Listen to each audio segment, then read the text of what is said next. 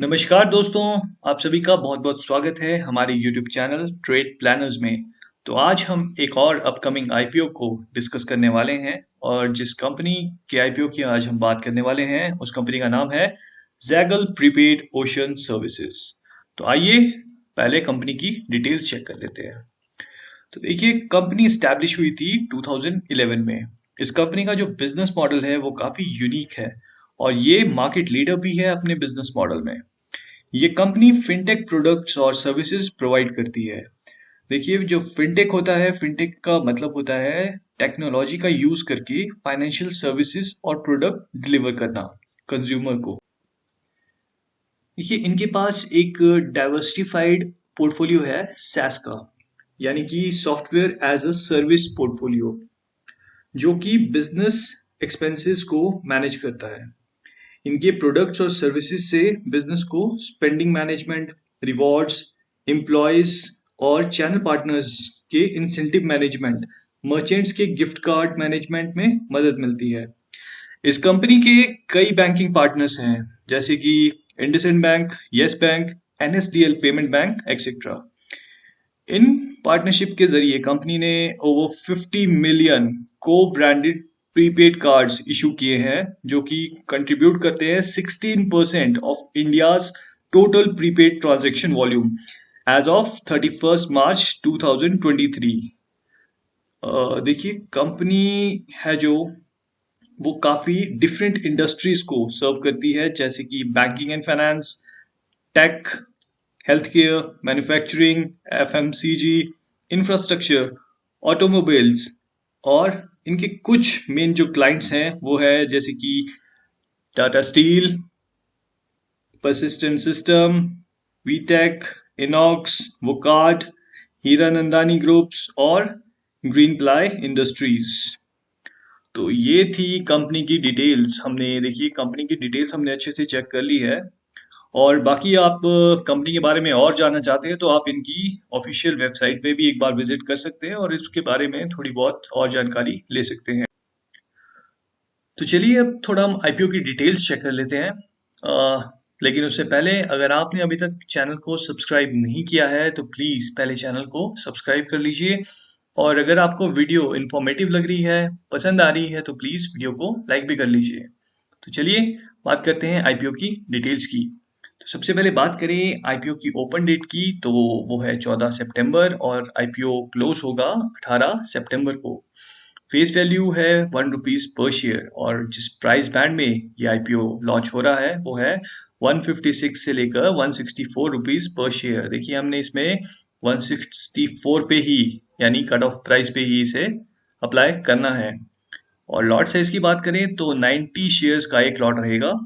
अगर हम total issue size की बात करें तो वो है 563.38 करोड़, 563 करोड़ का इशू साइज है इसका, जिसमें फ्रेश इशू है वो है 392 करोड़ का और जो ऑफर फॉर सेल में ला रहे हैं वो ला रहे हैं 171.38 करोड़। इशू टाइप की बात करें तो इशू टाइप है इसका बुक बिल्ड इशू और लिस्टिंग होगी बीएसई और एनएसई दोनों सेगमेंट्स में। चलिए थोड़ा सा आईपीओ की रिजर्वेशन पे नजर डालते हैं। तो इसमें एंकर इन्वेस्टर्स के लिए इन्होंने 45% कोटा रखा है, क्यूआईबी के लिए 30%, एनआईआई में आपका जो एचएनआई कैटेगरी है उसमें 15% और रिटेल के लिए 10%। देखिए, रिजर्वेशन की बात करें तो रिटेल के लिए काफी कम क्वेश्चन छोड़ा है, सिर्फ 10% ही है। अदरवाइज जैसे आपने देखा ही होगा, नॉर्मल आईपीओस में 35% रहता है तो एक चांस भी रहता है, बट यहाँ पे रिटेल के लिए काफी कम यहाँ पे जो कोटा है। चलिए, अब हम आईपीओ की कुछ टेंटेटिव डेट्स, जो इम्पोर्टेंट डेट्स है वो हम चेक कर लेते हैं। तो जैसे हमने बात की, आईपीओ ओपन होगा 14 सितंबर को और क्लोज होगा 18 सितंबर। अलॉटमेंट होगी इसकी 22 सितंबर को और अगर आपको अलॉटमेंट नहीं मिलती है तो जो रिफंड्स वो इनिशिएट होंगे 25 सितंबर। और अगर आपको अलॉटमेंट मिल जाती है तो जो शेयर्स आपके डीमैट में क्रेडिट होंगे वो होंगे 26 सितंबर को और आईपीओ लिस्ट होगा 27 सितंबर को। कट ऑफ टाइम की बात करें, जो यूपीआई मैंडेट रहता है उसका, वो आपका जो क्लोजिंग डेट होती है उसके 5 बजे तक, शाम 5 बजे तक ही रहता है। चलिए आईपीओ की लॉट साइज की बात कर लेते हैं। तो जैसा हमें पता है रिटेल में हमें मिनिमम एक लॉट अप्लाई करना होता है। तो और उसके लिए जो हमें अमाउंट रिक्वायर्ड रहेगा 14,760 रुपये की आवश्यकता रहेगी। रिटेल में मैक्सिमम हम 13 लॉट्स अप्लाई कर सकते हैं। स्मॉल एचएनआई की बात करें तो मिनिमम 14 लॉट्स अप्लाई करने होंगे और मैक्सिमम 67 लॉट्स। और बिग एचएनआई की बात करें तो 68 लॉट्स मिनिमम हमें अप्लाई करने होंगे और उसके लिए जो अमाउंट है वो यहाँ पे मेंशन कर रखा है। चलिए बात करते हैं आईपीओ के प्रमोटर्स की। जो इस आईपीओ के हम प्रमोटर्स की बात करें, कंपनी की प्रमोटर्स की बात करें तो मिस्टर राज पी नारायणन और मिस्टर अविनाश रमेश गोखिंडी जी ये कंपनी के प्रमोटर्स हैं और ये बहुत ही बेहतरीन प्रमोटर्स हैं। बहुत ही शानदार तरीके से ये काम कर रहे हैं। ना ही इनके खिलाफ कोई केसेस चल रहे हैं। बहुत ही साफ सुथरी छवि वाले प्रमोटर्स हैं और इनका मैं बात करूं तो बहुत ही शानदार विजन के साथ ये काम कर रहे हैं। जैसे मैंने पहले भी मेंशन किया, ये जो कंपनी का बिजनेस मॉडल है वो भी बहुत यूनिक है और जिस विजन के साथ ये काम कर रहे हैं बहुत ही शानदार तरीके से ये कंपनी को आगे ले जा रहे हैं। और हम बात करें शेयर होल्डिंग की तो जो प्री इशू में रहेगा प्रमोटर्स का शेयर होल्डिंग वो 57.91% है। अभी पोस्ट इन्होंने यहाँ पे मेंशन नहीं किया है। तो चलिए अब हम थोड़ा फाइनेंशियल्स देख लेते हैं कंपनी के। कंपनी की फाइनेंशियल्स की बात करें तो यहाँ पे सिर्फ हमारे पास 2023 यानी करंट ईयर का ही डाटा अवेलेबल है। जिसमें एसेट्स की बात करें तो 234.76 crore, revenue 554.58 crore, profit after taxes 22.90 crore, net worth है 48.75 करोड़ और reserve and surplus 39.36 crore. Total boring 121.07 crore की है।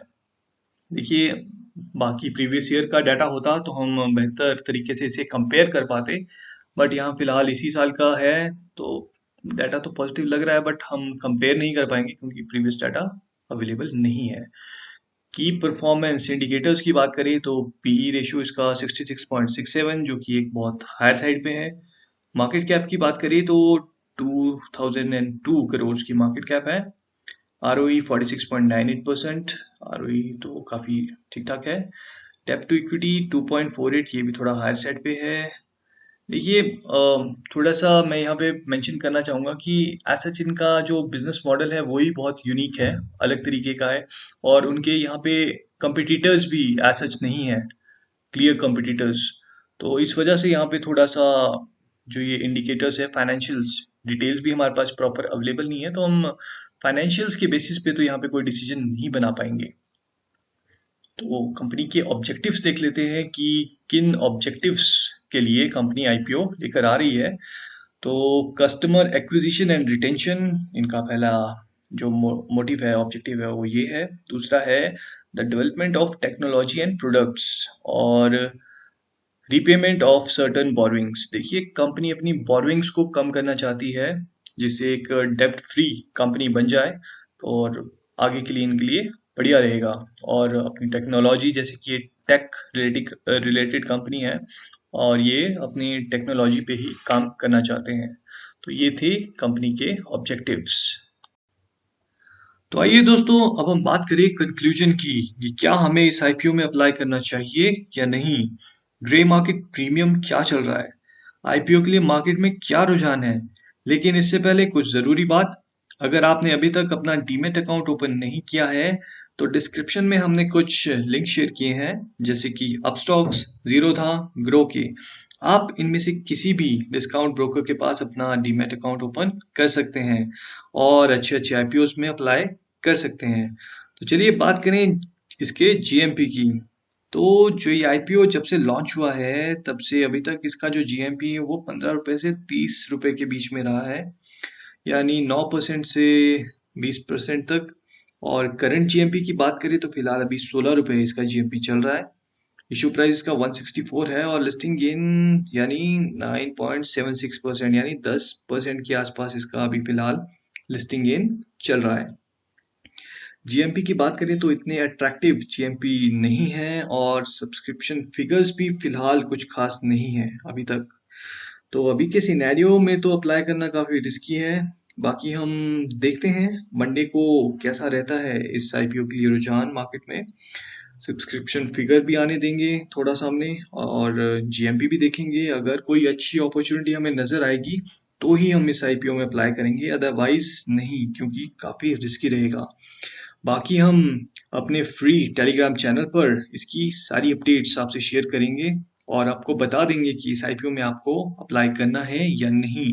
तो आप हमारे फ्री टेलीग्राम चैनल को भी ज्वाइन कर लीजिए, और वीडियो को प्लीज लाइक जरूर कर लीजिएगा। और अगर आपने चैनल को सब्सक्राइब नहीं किया है तो प्लीज चैनल को भी सब्सक्राइब कर लीजिए। और बाकी इससे रिलेटेड जो भी अपडेट्स रहेगी वो हमारे फ्री टेलीग्राम चैनल्स पे आपको मिलती रहेगी। तो वीडियो में अंत तक बने रहने के लिए धन्यवाद।